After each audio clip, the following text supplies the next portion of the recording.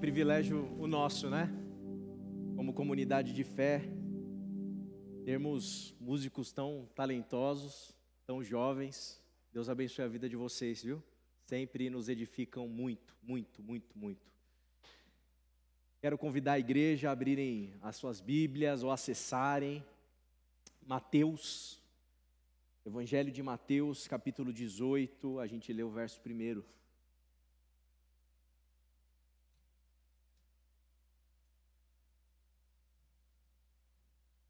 Evangelho de Mateus, capítulo 18, a gente lê a partir do verso 1. Eu leio a Nova Versão Transformadora, tá bom? Só para você saber e poder acompanhar e comparar com a sua aí, caso seja diferente. Mateus 18, a partir do verso 1. Diz assim: nessa ocasião, os discípulos vieram a Jesus e perguntaram a Jesus: afinal, quem é o maior no reino dos céus? Guarda essa pergunta, hein? Essa pergunta aqui dos discípulos é chave para tudo que a gente vai entender nessa noite. Afinal, quem é o maior no reino dos céus?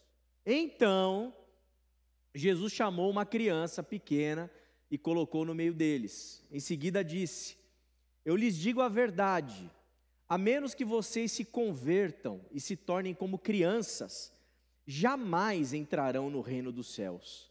Quem se torna humilde como esta criança é o maior no reino dos céus. E quem recebe uma criança como esta em meu nome, recebe a mim.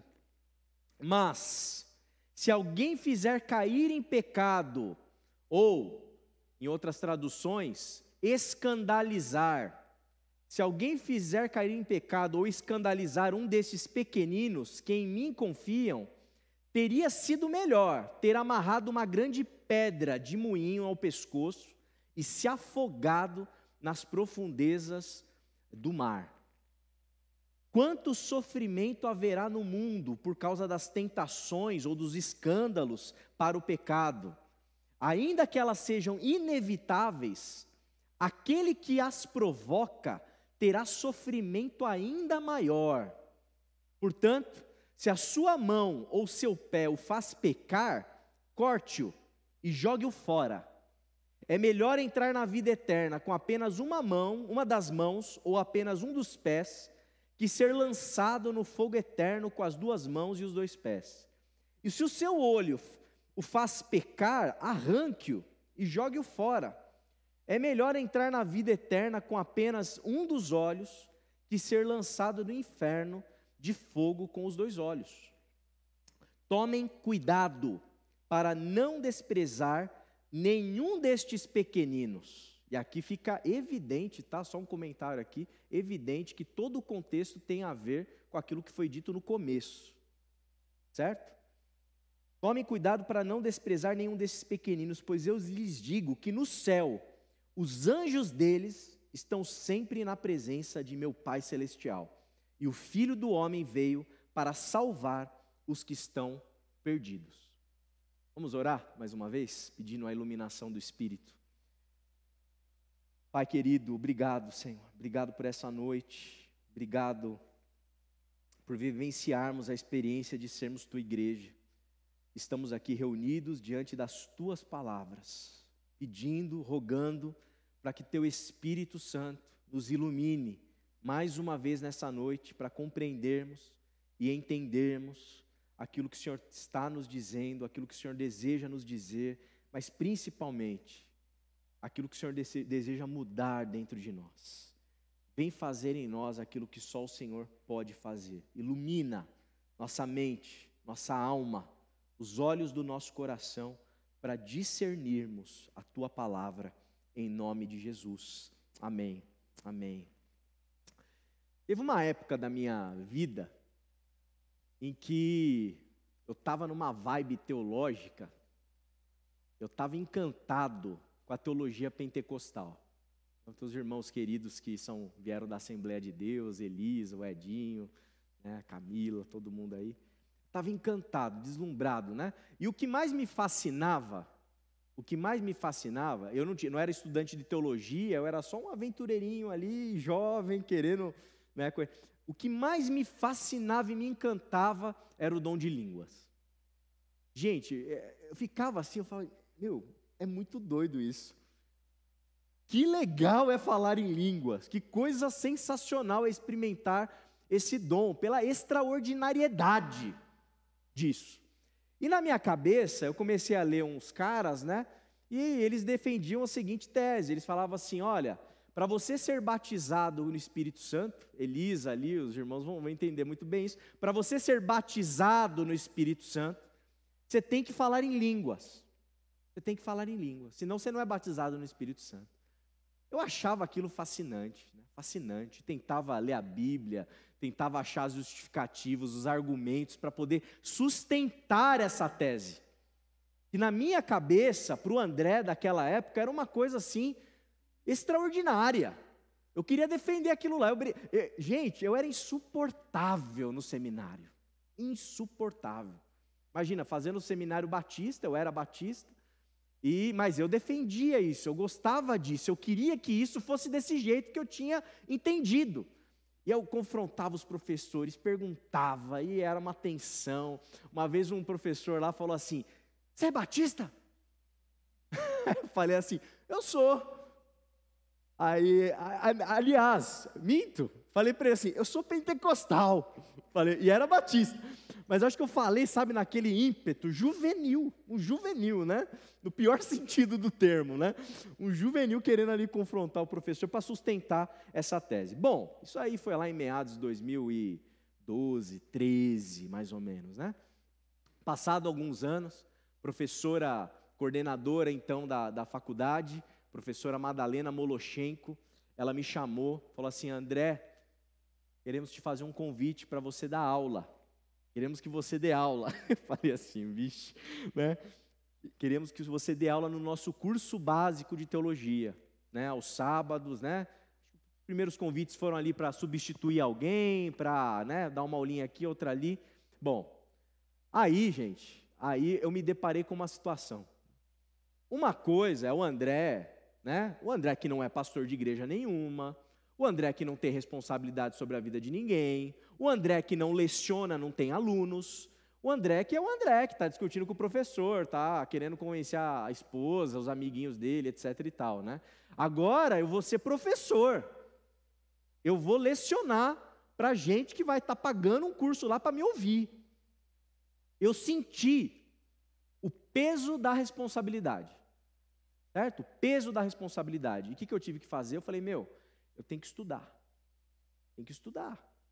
eu tenho que procurar referências, eu preciso entender, eu preciso confrontar as minhas crenças, e eu entrei nessa crise, entendem? E fui estudar, né, lidar ali com a temática, com essa temática em específica, e me pareceu ali a partir, da própria leitura bíblica, mais apurada, mais acurada, mais cautelosa, metodologicamente mais rigorosa, com mais referenciais teóricos, bibliográficos, com mais leitura. Eu falei assim, puxa, eu não posso ensinar isso desse jeito. Talvez, na minha intimidade, eu até gostaria que isso fosse uma verdade desse jeito, mas não o é. Não é. Conversei com pastores pentecostais, conversei com colegas, e fui vendo uma série de elementos. Mas por que eu estou falando tudo isso? Eu estou falando isso porque existem momentos na nossa vida que a gente tem que parar de ser juvenil. Existem momentos na nossa vida que a gente tem que crescer, tem que amadurecer, a gente tem que se confrontar com as nossas próprias convicções. Existem momentos na nossa vida que a gente pode até ter uma certa flexibilidade para arriscar alguma coisa e brincar e tentar ver se é e se não é, mas se não for tudo bem, a consequência disso é... Mas chega uma hora que, sabe, não tem como. Porque agora eu sou professor, agora eu tenho responsabilidade, essas pessoas estão me ouvindo, elas estão esperando de mim o que? Critério, elas estão esperando de mim algo, sabe, minimamente sólido, honesto intelectualmente. Chega uma hora na vida que não adianta mais você ficar, sabe? Uma vez um pastor falou um negócio, falou assim, poxa vida, eu vejo um monte de homem na igreja, mas nossa, os caras são moleque. não cresce, não amadurece, fica olhando o rabo de saia de mulher, sabe assim?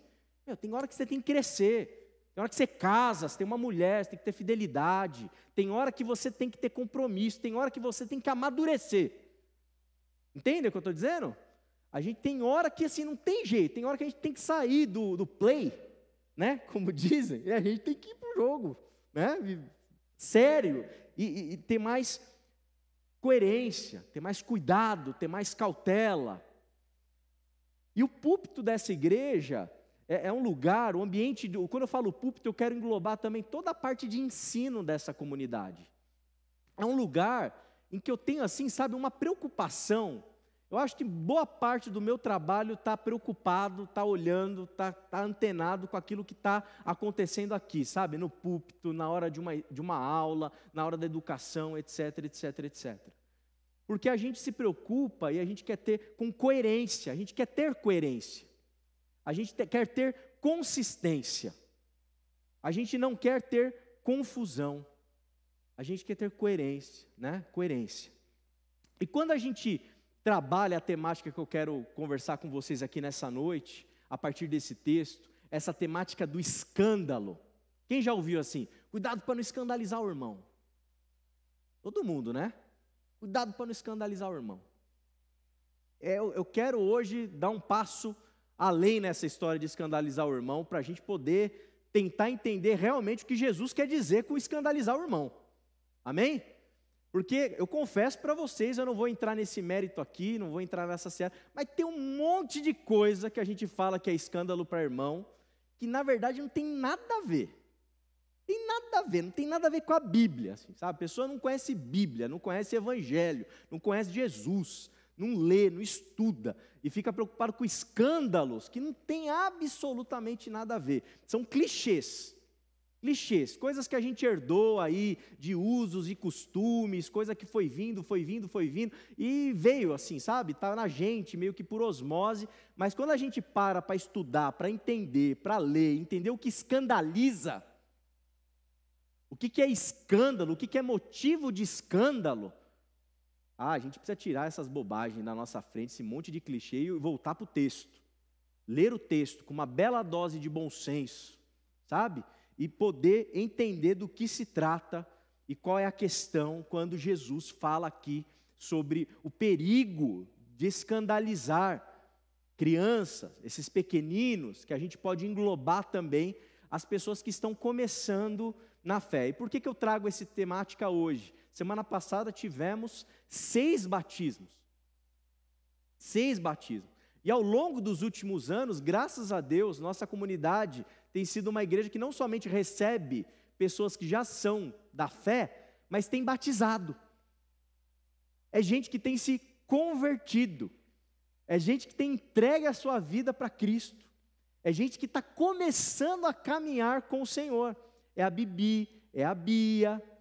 A Gi se batizou não faz muito tempo. Ricardo, Tati também. Né? E tantas outras pessoas, o Ivan, enfim, Gi, está aqui na minha frente. Essas pessoas, elas são pessoas assim muito importantes na nossa comunidade. Muito importantes. E por que elas são importantes? Porque elas estão apaixonadas por Jesus.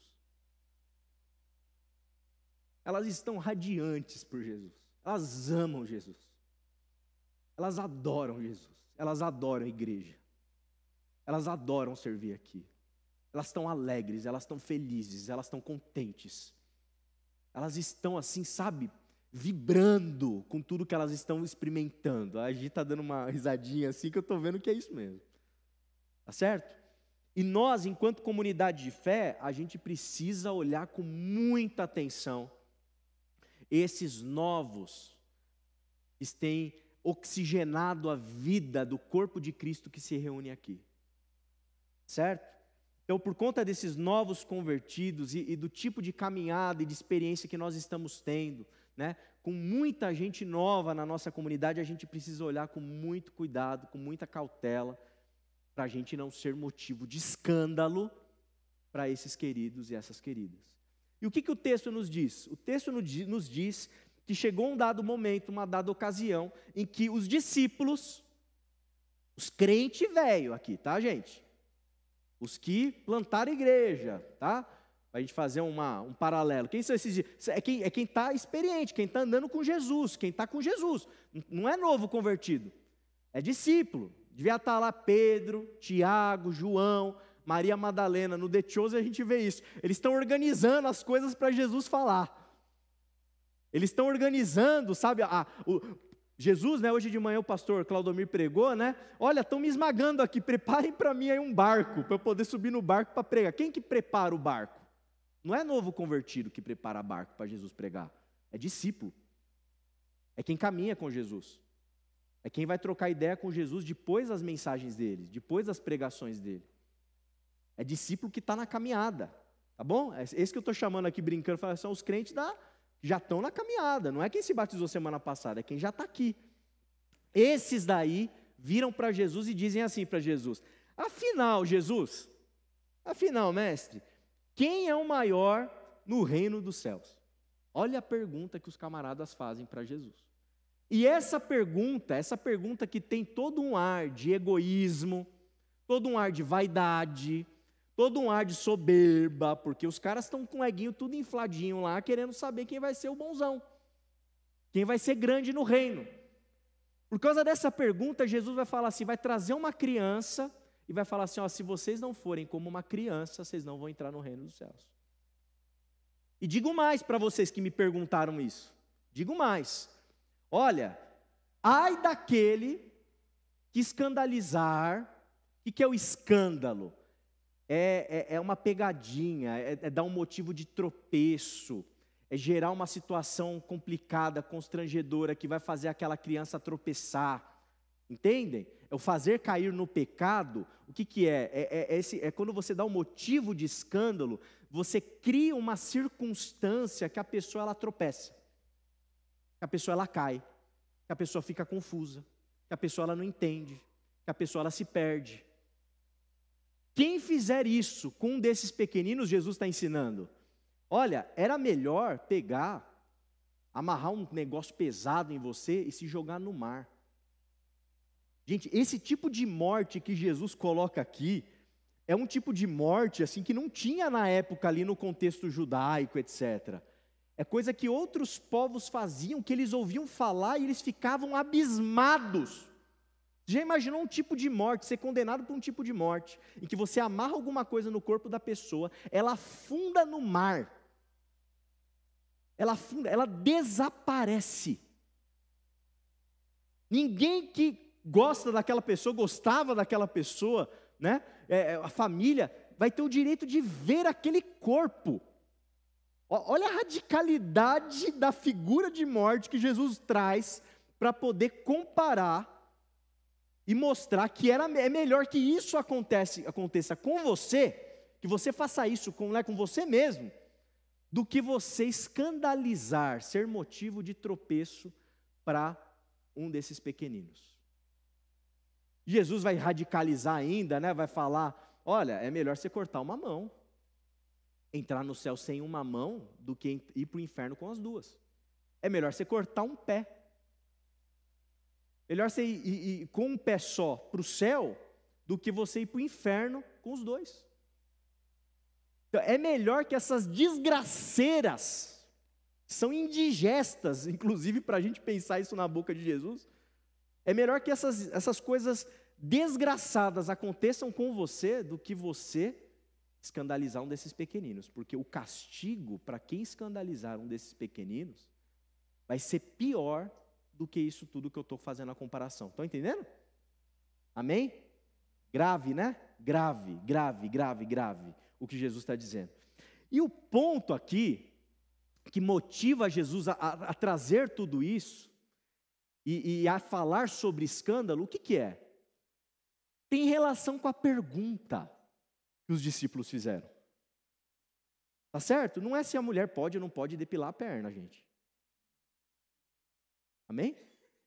Não é o tipo de roupa que a gente, não é se pode vir de calça ou não pode vir de calça na igreja. Isso para ficar nos exemplos das antigas, né? A gente poderia pensar em 1 milhão de coisas que vocês estão pensando. Não tem nada a ver com isso. Tem a ver com a pergunta dos discípulos. A pergunta, quem é o maior no reino dos céus?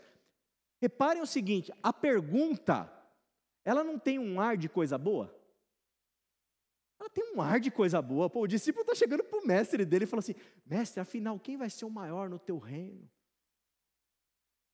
Eu quero ser o maior no teu reino, Senhor, eu quero te servir. Eu quero, sabe, o Senhor é o rei, mas quem vai estar sentado à tua direita ou à tua esquerda? Né? Essa é outra pergunta que eles fizeram em outro texto. Mas a pergunta tem uma aparência de coisa boa. A pergunta tem uma aparência de coisa santa, de coisa legal. Só que por detrás dessa pergunta de aparência boa tem algo que é péssimo. E é algo que é péssimo ao ponto de Jesus fazer todas essas comparações que a gente leu. E por detrás de quem faz esse tipo de pergunta, existe um tipo de comportamento que gera escândalo, que gera confusão, que gera tropeço, que confunde a cabeça daqueles que estão caminhando, que estão iniciando sua caminhada, e confunde a cabeça de gente que ainda, sabe, está no leitinho ainda, não tem 10 anos de fé, não tem 10 anos de caminhada, não tem 20 anos de igreja, tem semanas, tem dias. Elas estão apaixonadas por Jesus, mas tem discípulo que faz esse tipo de questão, e é discípulo que faz esse tipo de questão, é discípulo que pode escandalizar esses que estão no começo da caminhada. E era melhor, segundo o que Jesus está dizendo, assim, que cortasse uma mão fora, cortasse um pé fora aqui e se jogasse no mar, porque o peso da mão de Deus, o juízo de Deus sobre esses que vão escandalizar quem tem esse coração puro, quem tem esse coração assim, sabe? Eu não vou falar isso, não é no sentido pejorativo, mas acho que vocês vão entender. Quem tem um coração ainda mais ingênuo, quem tem coragem de ser uma pedra de tropeço para esse tipo de pessoa, para esse tipo de pessoa que Jesus ama, para esse tipo de pessoa que Jesus diz aqui, olha só o que ele fala no finalzinho, eu lhes digo que no céu, os anjos deles, dorme com essa aí, irmão, os anjos deles estão sempre na presença do meu Pai Celestial, e o Filho do Homem veio para salvar os que estão perdidos. Sei lá o que Jesus está querendo dizer com esse negócio aqui, eu não sei. Mas, os caras são importantes para Jesus. São muito importantes para Jesus. Tipo, não mexe com eles, entendeu? É tipo isso que Jesus está dizendo. E à luz dessa lógica, dessa primeira questão que esses discípulos fazem, eu quero partilhar com vocês nessa noite 3 coisas que escandalizam e confundem pequeninos. 3 coisas que confundem os pequeninos. 3 coisas que podem gerar confusão dentro desse arraial do Senhor, dentro dessa comunidade de fé, dentro da nossa igreja local. 3 coisas que são motivos de escândalo, a partir do que Jesus está dizendo, da lógica da pergunta que eles fizeram, dessa pergunta que tem um ar de coisa boa, mas é uma desgraceira pura. Primeira dela é o pseudo-amor. Pseudo-amor. Que tem tudo a ver aqui, e é nisso que eu estou falando, estou me referindo, com a ideia de barganha. De barganha. Tem gente que vive e experimenta um tipo de relação com Deus que está baseada numa relação de troca, de barganha. Quantas vezes vocês já me ouviram falar aqui sobre dízimo e oferta, e eu explico e digo, né, que olha, meu irmão, a gente faz isso com voluntariedade, a gente faz isso com generosidade, a gente não faz isso por medo, a gente não quer comprar Deus. Mas vamos ser sinceros, gente. A espiritualidade do mainstream evangelical, do qual nós estamos inseridos em alguma medida e somos influenciados, é gostoso você barganhar com Deus. O povo gosta de comprar Deus. O povo gosta de trocar com Deus. E é um pseudo-amor, porque você, puxa vida, eu estou aqui dando o meu dízimo, olha como eu amo Deus, mas você está esperando uma coisa em troca. Mas percebe como tem uma áurea de coisa boa? Pô, eu sou dizimista fiel e Deus me abençoa, Deus me guarda, Deus me protege. Então, é o pseudo-amor, não é o amor, é pseudo-amor. É uma coisa com uma áurea de coisa bonita, mas na verdade tem ruindade.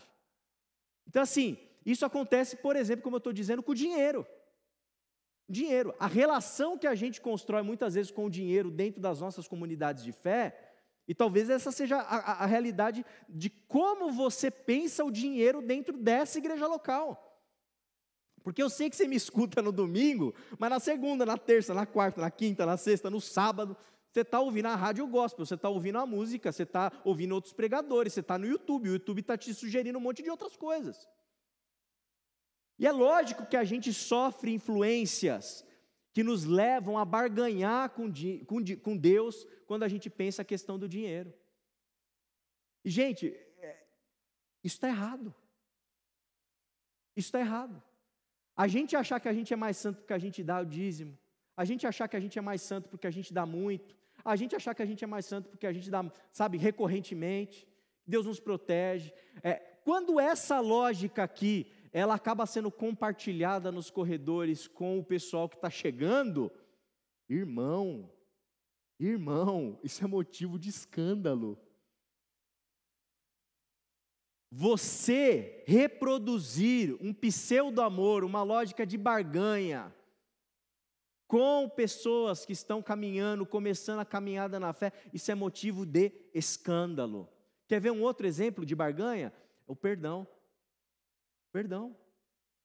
A pessoa vem para uma noite como essa, para uma mesa do Senhor, aí pega um irmão lá, vai, né? Graças a Deus isso não acontece aqui. Eu estou falando sério, não estou sendo irônico, não acontece mesmo, graças a Deus. Mas, inclusive, a irmã Toninha fez uma oração aqui exemplar nesse sentido, exemplar, né? Evangélica, no melhor sentido do termo, compromissada com o Evangelho de Jesus. Estamos aqui, se tem pecados ocultos dentro de nós que a gente nem sabe, Senhor, a gente confia no Teu perdão. Essa foi a oração da nossa irmã. Agora, que é gostoso, quando a gente, né? César, ó. Como está a sua vida, hein? Como está a sua vida? Irmão, irmã, como que está a sua vida? Aí você está preparado para tomar a ceia? Está preparado? Você já fez um sacrifíciozinho para poder se preparar? Já ajoelhou no milho? Já orou quantas vezes na semana? Como que está o seu devocional? Para quê? São mecanismos que estão na nossa imagem, na nossa imaginação, na nossa... Para quê? Para você poder comprar o perdão de Deus, para você trocar o perdão de Deus. Quando essa lógica da barganha, do pseudo-amor, porque parece amoroso, parece bonito, parece legal, poxa vida, que pessoa com temor de Deus, está preocupada com o irmão ali, se ele está firme mesmo, se ele está preparado para a mesa do Senhor. Isso é o pseudo-amor, essa lógica distorce a graça de Deus. Essa lógica distorce a misericórdia divina. Essa lógica distorce esse perdão gratuito que nós temos de Deus, acessível. Esse abraço que nós temos do Senhor, esse mistério que o Guilherme falou hoje no começo do culto. Esse Deus gigante que me ama, eu não consigo nem entender esse amor, eu só consigo experimentá-lo. Essa lógica da barganha, desse pseudo-amor, distorce. Quando eu reproduzo isso, quando eu ensino isso para as crianças, para os nossos adolescentes, quando a gente reproduz essa lógica para aqueles que se batizaram recentemente, os confundindo na caminhada, gerando e produzindo medo de se sentar na mesa da graça do Senhor, porque aconteceu alguma coisa nessa semana, porque não está conseguindo lidar, está com medo, não está se achando digno. Quando a gente, ao invés de chegar para esse irmão e falar, meu irmão, não tenha medo, Deus ama a tua vida, Jesus morreu na cruz por você, o amor que Deus tem por você, a gente não consegue explicar. Receba nessa noite o perdão gratuito, sente sim na mesa da graça do Senhor, coma do pão, beba do cálice. Quando você, ao invés de fazer isso, você faz esse joguinho, isso é motivo de tropeço. Isso é motivo de escândalo, meu irmão. E à luz do que a gente está aprendendo com Jesus nessa noite, isso é gravíssimo. Isso é gravíssimo. Isso é gravíssimo. Não escandalize. Não escandalize nenhum irmão, nenhum desses pequeninos. Não faça isso. Não faça isso. Outra coisa que também tem uma cara de coisa legal, mas não é legal, é a vaidade. é aquilo que eu quero chamar aqui de pseudo-santidade. Parece santidade. Exteriormente tem santidade, tem aparência de santidade, mas é pura aparência, é pura casca. Tem aparência de zelo.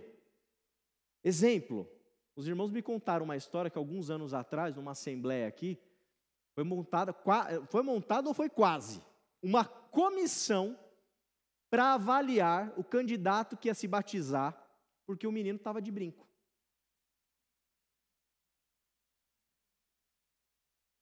Eu não tenho dúvida que a pessoa que levantou, pediu a palavra, que falou, etc., quem estava concordando, dentro do coração desses irmãos, queridos, tem uma atitude que é tipo de zelo. Estão querendo ser o quê? Zelosos. Estão querendo o quê? Garantir a santidade da igreja. Estão querendo garantir que o padrão de qualidade daquele que vai se batizar. Agora, irmão, isso é uma pseudo-santidade. Não tem nada de bíblico, se você gosta dessa expressão de ser bíblico. Não tem nada de Jesus, não tem nada de evangelho, não tem nada de nada. É de um vazio esse discurso. Não tem nada, não tem nada nem para você pegar, nem para você comentar a respeito. Porque não tem consistência absolutamente nenhuma, é zero de Bíblia, é zero, é menos, é negativo, é menos 200%. Mas tem uma aparência. E quando a gente aplica essa mesma lógica para as outras situações, são aparências.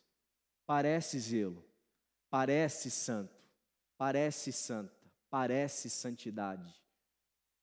Mas não é nada. Porque o Senhor conhece o coração.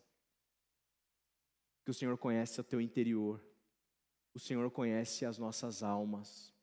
O Senhor sonda lugares que os nossos olhos humanos não têm condição de sondar. E é justamente os lugares em que os olhos do Senhor nos acessam, que nenhum homem, nenhuma mulher, nenhuma autoridade eclesiástica tem condição de acessar. É nesse lugar que está a coisa mais importante para Deus. Você pode não parecer santo, você pode não parecer ter santidade à luz de tradições, à luz de convenções, à luz de dogmas, à luz de sei lá o quê. Meu irmão e minha irmã, Deus está olhando para dentro da nossa alma, Deus está olhando para dentro do nosso coração. Eu posso parecer um pastor muito bacana, eu posso pregar muito joia, pode ser homileticamente muito legal, pode estar claro para vocês, Afinal das contas, isso aqui, gente, é só uma casca. Deus, quando olha o André, Ele olha um lugar que nenhum de vocês olha. Deus conhece o André, Deus conhece você, Deus sabe quem você é, Deus sabe a sua verdadeira identidade. Não é uma comissão de igreja que talvez não queira que você se batize que vai definir a sua identidade. Não é um julgamento de um outro irmão em relação a você que vai definir a sua santidade, vai definir a qualidade do crente que você é. Não é o julgamento de nenhum pastor que vai definir se você é ou não é de Deus. Esses julgamentos todos que acontecem em tantas esferas, eles podem parecer uma coisa muito de Deus. Mas Jesus foi muito enfático em dizer: tome cuidado com o julgamento. Tome cuidado com o julgamento. Você está, às vezes, lidando com um cisquinho ali no olhinho do outro irmão, tem uma trave no teu, você não consegue nem enxergar.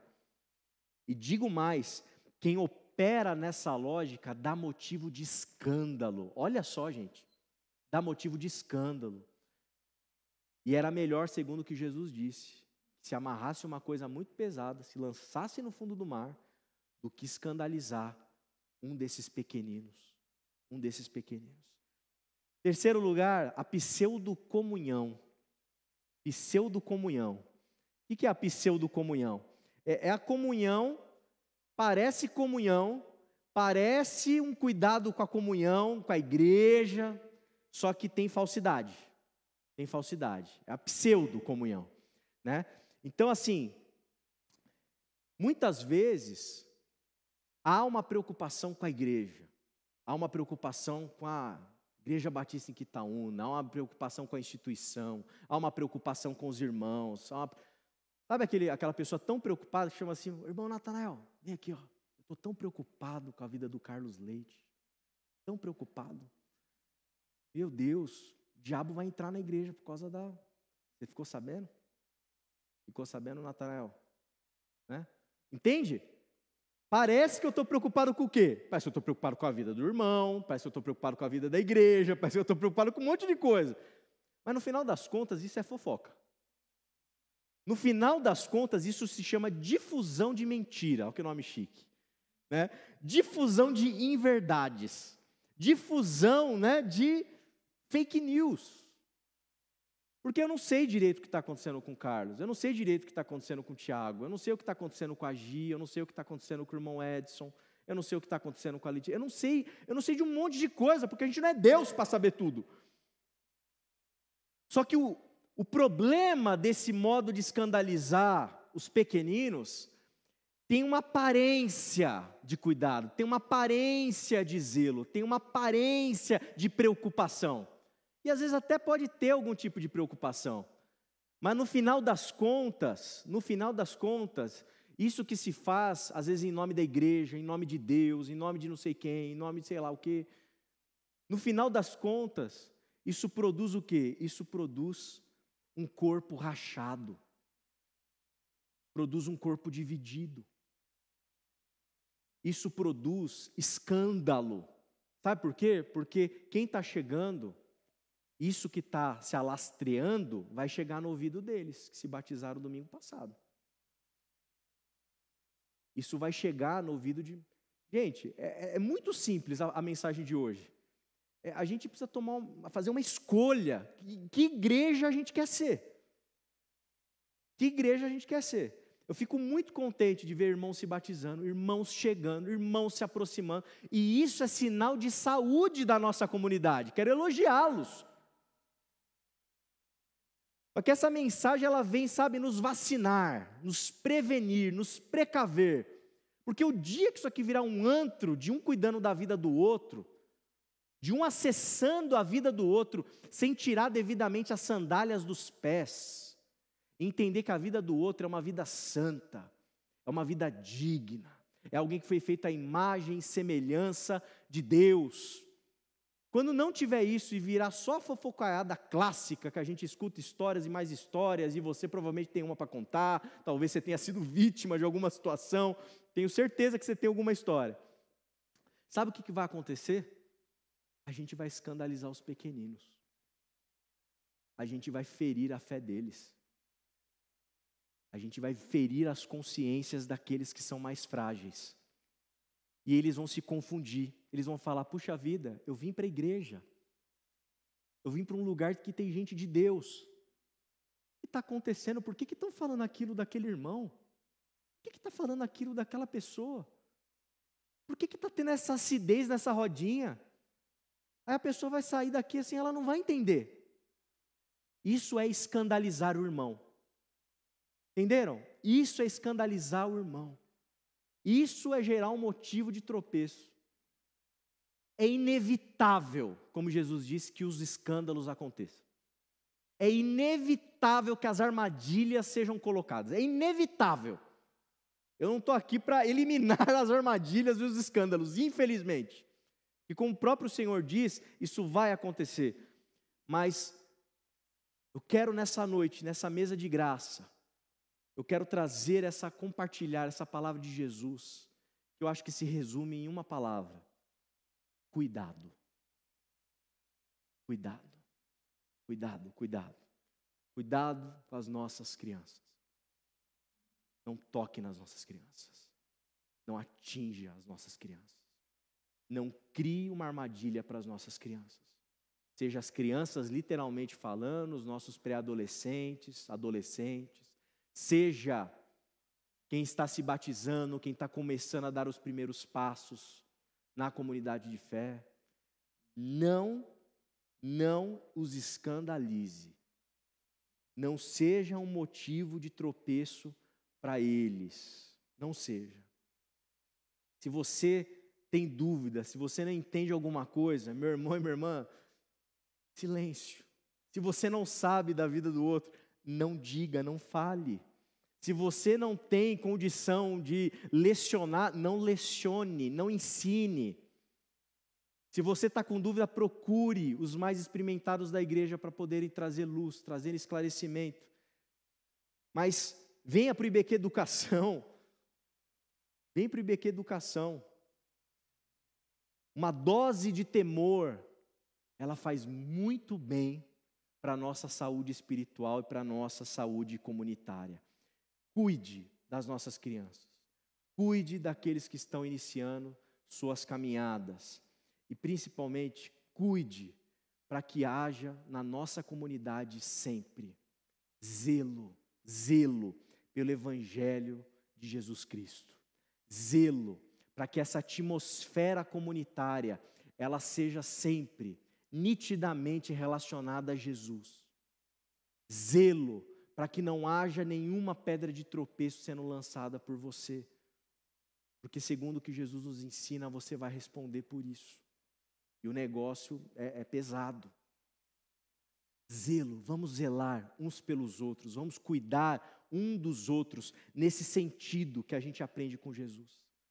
Para que a nossa comunidade continue sendo a bênção que ela é, o sinal do reino que ela é, esse lugar maravilhoso que edifica a mim, edifica a minha família, tenho certeza que te edifica, que a nossa comunidade continue sendo esse lugar. Eu estou assim, nossa, tantas pessoas que falam, me procuram, poxa vida, eu estou me sentindo acolhido, eu estou me sentindo amado, eu estou me sentindo querido, os irmãos são tão legais, pastor.